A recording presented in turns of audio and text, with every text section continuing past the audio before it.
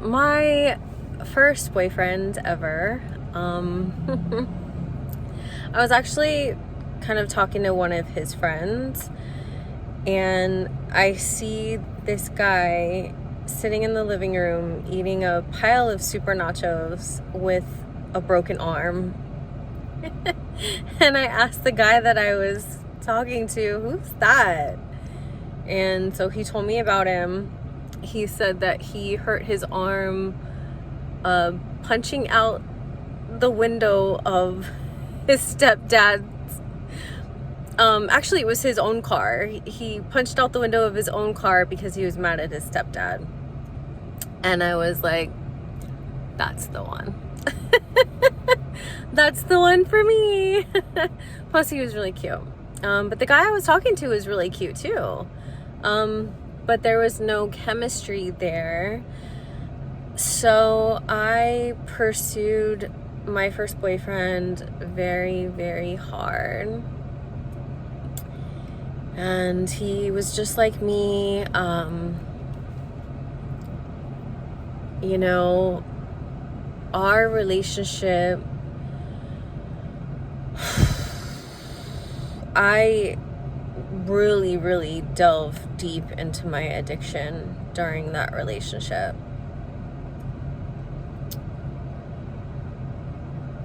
It was just what we did together. He introduced me to meth.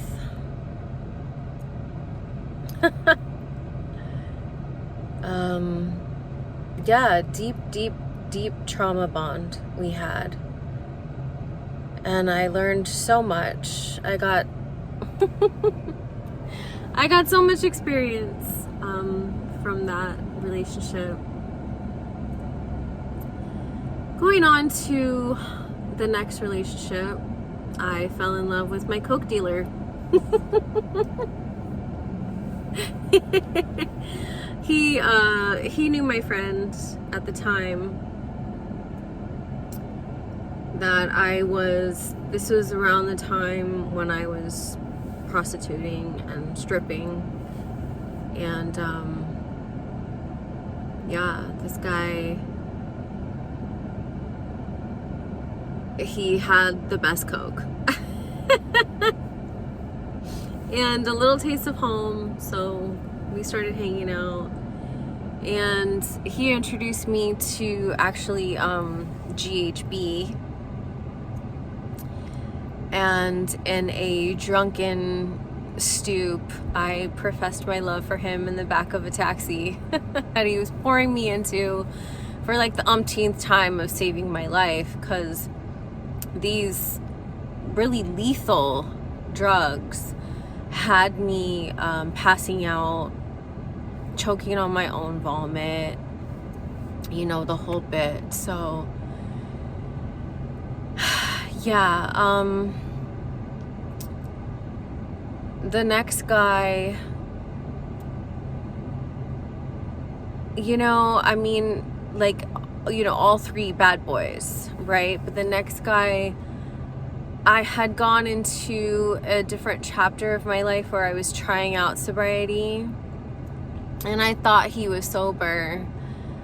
I thought he was better than he really was. But yeah, I fell for him really hard. I fell in love with being intimate with another person, or this idea that somebody is admiring me, wants to be around me, looking at me, talking to me. I fell in love with that. But yeah, let's dive into the first relationship. This one, like I said, I got into my addiction very heavily, and we were partying all the time. We were young and always going clubbing. We also hung out with his cousins, and they had a lot of paraphernalia and a lot of good drugs. And me and him, I mean, we would have these fights, like after a night out at the club. We would have these fights, you guys, that, like, I would go to work all bust up with a shiner on my eye, and my coworkers would ask me what happened, and of course I would lie. And they could see right through it.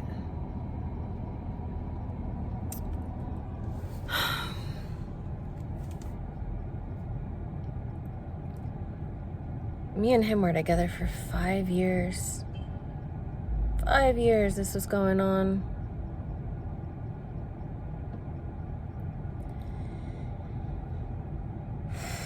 And man, did we get to oblivion a lot of times. The drugs and the alcohol definitely helped the psychosis and the insanity of a already toxic relationship. But I can tell you this, like, the bond that I felt with a bad boy,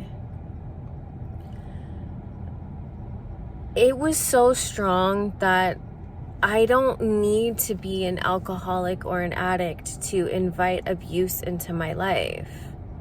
That's just my story. But yeah, it definitely took me to places where I would pick fights, and I was always trying to change the person, right? I was like Captain Save-A-Ho. I saw the sickest one in the room, and I said, there it is. That's my project. I'm gonna fix him.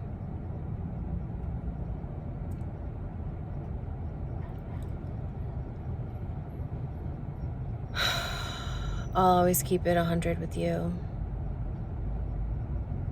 It felt exciting. Fighting and fucking and fighting. Fighting, fucking, fighting. It made me feel alive.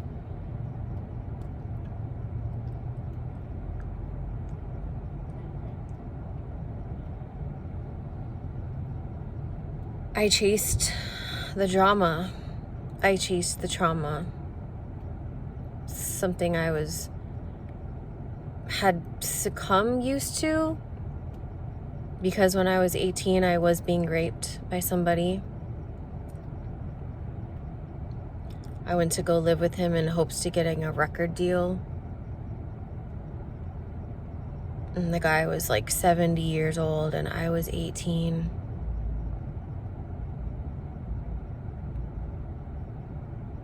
I lost my virginity at 18, not to this person, but close. I never smoked or drank, did anything until I was 18. I was sheltered. I grew up under organized religion, that I felt like I had all the answers and that I could fix somebody. And when I went back home and I tried to tell people about my rapes, all they could say is, how pretty do you look with your hair pulled back?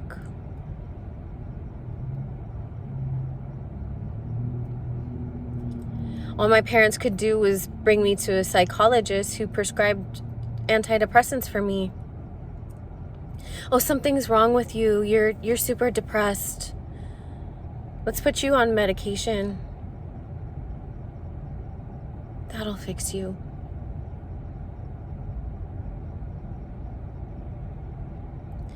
When I am operating in myself, nothing can fucking fix me. I am my own worst enemy. So these relationships taught me so much. Like, so much, you guys. Man, the struggle's heavy, but who would I be without it? How can I come on here today and possibly relate to somebody? You know, domestic violence, it's a cunning and baffling thing in of itself, because in those type of relationships, statistically, 7 a person won't leave the situation until after the 7th time. Or they'll break up, then return, break up, then return, and only stay gone after the 7th time.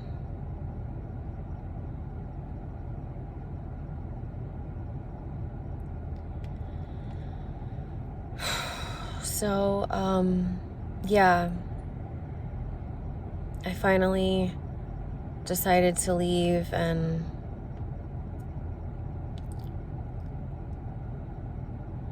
I didn't know how I did it, actually. I didn't know how I left. I was so in love with this person. He proposed to me when he could sense that I was thinking about walking away. And I told him, I think a couple days before, I said, I'm going to leave you. I don't want this anymore. I knew that me and him were like fire and air. Actually, maybe that's our sign. I know that I'm an air sign. I don't know if Taurus, what sign that is, but you feel me. So my second go around, I was always picking a fight with him, and he was like the first one that actually wasn't too. Yeah. Only time he like pinned me up by my neck when I was trying to scrap, when I was trying to pick a fight. And that was the most that he ever did. So I'm just stating facts here, friends. There's no one to blame. Because with that first long-term relationship that I was in, I hooked him up with a friend of mine, and I asked her if they ever had any problems, and she said no. You know, so it really was like, it takes two to tango. So this next one, I'm going to talk about abandoned me. That was the extent of the abuse, but that's pretty abusive in and of itself. I felt like I was carrying the burden all by myself, and I was just met with apathy.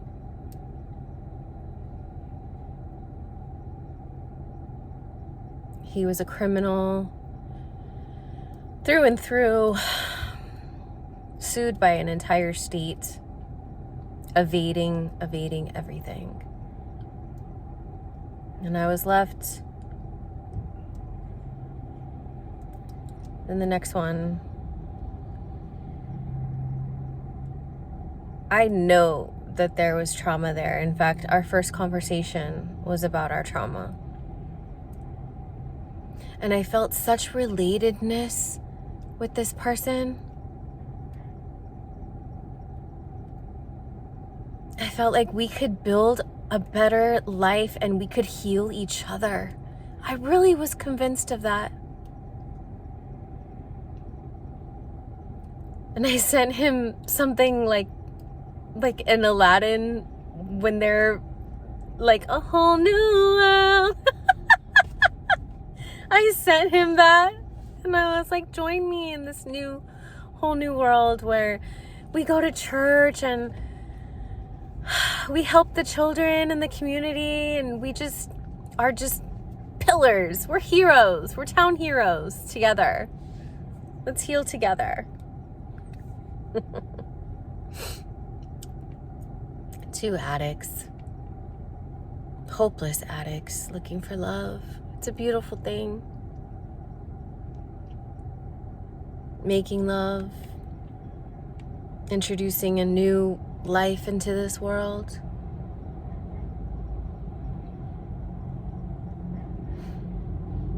So many times just crying in my bathroom, looking up at this prayer on my wall, clinging to my God, my idea, my whole entire childhood God, that They were my parents' God. They were my family's God. I didn't know anything else, but I prayed, asking for angels to come down on clouds and rescue me because of how bad this person made me feel.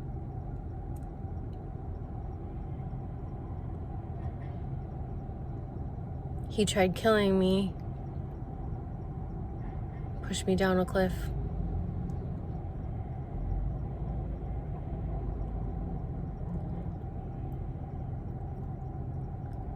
I don't know, you know? It's like we have so much dormant trauma that once somebody gets close enough, we feel safe. Maybe they can fix us. And I clung on to this idea. I kept repeating to myself over and over and over again, this is my last chance at a family. This is my last chance at a family. This is my last chance at a family. This idea that I was so convinced of that made me stay. And I drank more, and I smoked more, and I put my whole life on the line for an idea. It just wasn't true.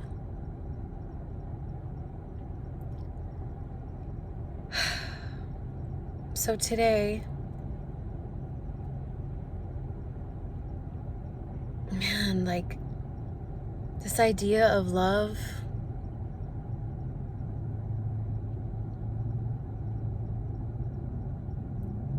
I still believe that it's a beautiful thing, you guys. But I'm just, like I've done so much work on myself. And I've seen exactly what I was at the effect of. My old ideas. My hopeless romanticism.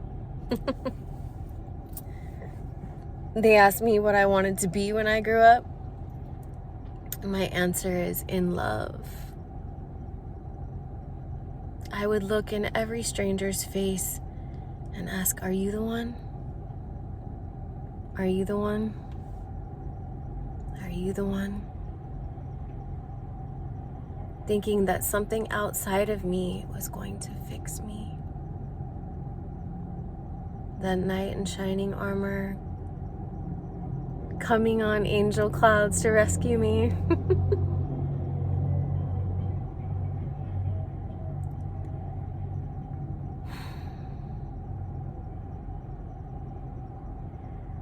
I'm so grateful to these people for loving me, for showing up for me in the times that they did. Ultimately, they brought me back home to myself, to that little girl who just needed a hug and needed to be seen. They taught me that everything I had ever been searching for was in me.